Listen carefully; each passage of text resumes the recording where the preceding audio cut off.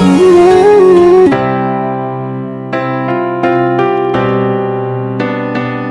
परम पूज्य गुरुदेव ने जन्मपत्री फाड़ दी, आइए जानते हैं इस स्मरण में कैसे। श्री शंभू सिंह कौशिक को क्षय रोग हो गया। उन्हें सैनिटोरियम में भर्ती कराया गया। चिकित्सा हुई। कुछ समय बाद उन्हें लाइलाज घोषित कर सैनिटोरियम से छुट्टी दे दी गई। वे कोटा राजस्थान के निवासी थे। मरणासन स्थिति में दिन काट रहे थे। ज्योतिषियों ने भी जन्मपत्री देखकर मार्केस बताया था। सो मृत्यु की प्रतीक्षा के अतिरिक्त कोई रास्ता नजर नहीं आ रहा था। जिसके जवान इकलौते बेटे को डॉक्टरों ने जवाब दे दिया हो और ज्योतिषियों ने उसकी मृत्यु के निकट होने की भविष्यवाणियां की हो, उस माँ की स्थिति क्या होती है, ये विज्ञ जन स्वयं समझ सकते हैं।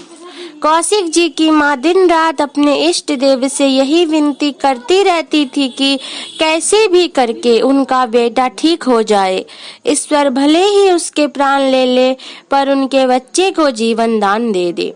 शायद इसी आर्त पुकार की ही परिणति थी कि पूज्य गुरुदेव वहां पहुंच गए। उन्हीं दिनों कोटा राजस्थान में एक विशाल यज्ञ आयोजन किया गया। उसे संपन्न कराने के लिए स्वयं गुरुदेव वहां पहुंचे हुए थे। दुखियारी माँ को किसी ने सलाह दी, मथुरा से एक तपस्वी आए हैं, उनसे मिलो, तुम्हारा बेटा ठीक हो जाएगा। वह सब काम छोड़कर दौड़ पड़ी। गुरुदेव के पास पहुंचकर उन्होंने विनती की, गुरुदेव हम लोग बहुत गरीब हैं, आपके चरणों की धूल के बराबर भी नहीं। हमारी शक्ति आपको बुलाने की तो नहीं है, फिर भी हमारी विनती है कि हमारे बेटे पर आपकी कृपा दृष्टि हो जाए तो शायद हमारी तकदीर बदल जाए। हम सब और से निराश हो गए हैं गुरुदेव। डॉक्टरों ने भी जवाब दे दिया है और ज्योतिषियों ने मार्केस बताया है। कहते कहते वो फूट फूट कर रो पड़ी। उसके रुलाई से सभी द्रवित हो गए। गुरुदेव ने अपने पास खड़े सहयोगी से कहा, बेटा इसका पता नोट कर, दूसरे के घर जाने को समय मिले या ना मिले, इसके घर में अवश्य जाऊंगा। पूज्य गुरुदेव के इन शब्दों से माँ के मन में आशा की किरण जाग उठी। वे दौड़कर घर वापस गई और जो भी अपनी स्थिति अनुरूप कर सकती थी, स्वागत सत्कार की तैयारी कर रिसीवर के आने का इंतजार करने लगी। इधर यज्ञ कार्यक्रम संपन्न होने के बाद अपने विश्राम क्षणों में कटौती कर पूज्य गुरुदेव उस दुखियारी माँ के घर की ओर चल पड़े। घर क्या था, एक कच्चा सा मकान था। छावनी की ऊंचाई भी बहुत कम थी।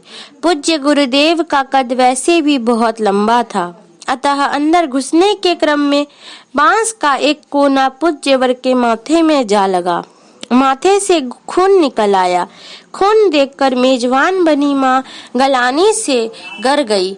अपराधियों की तरह सिर झुकाकर वे स्वयं को धिक्कारने लगी। कहने लगी, यदि मैंने आपको घर आने के लिए नहीं कहा हो।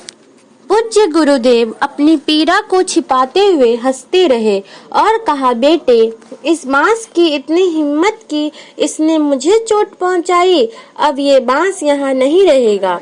उनके इस कथन का हास्य उस समय तो शायद ही किसी की समझ में आया हो, लेकिन कुछ ही दिनों में जब वो कच्चा मकान पक्के मकान में बदल गया, तब जाकर लोगों की समझ में आया कि जैसे पेड़ चोट खाकर भी बदले में फल ही देता है, वैसे ही गुरुदेव ने घायल होकर भी उस परिवार को पक्के मकान का अनुदान दे दिया।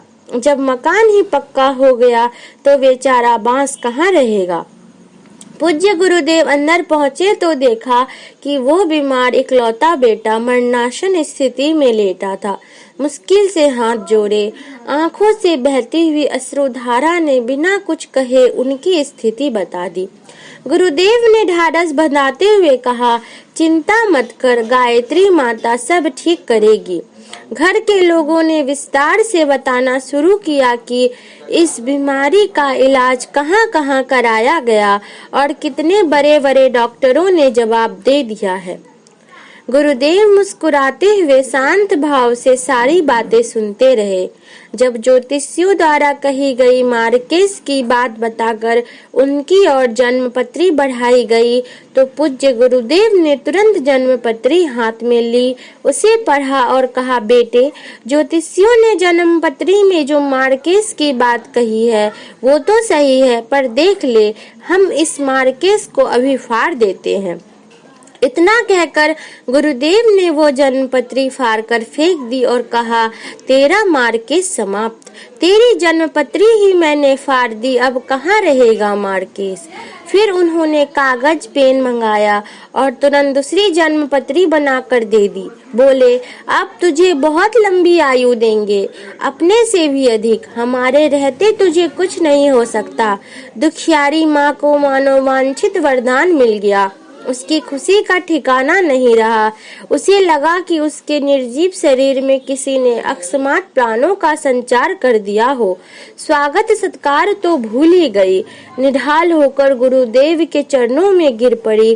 वो अंतर्मन से गुरुदेव के प्रति कृतज्ञता ज्ञापित करने लगी।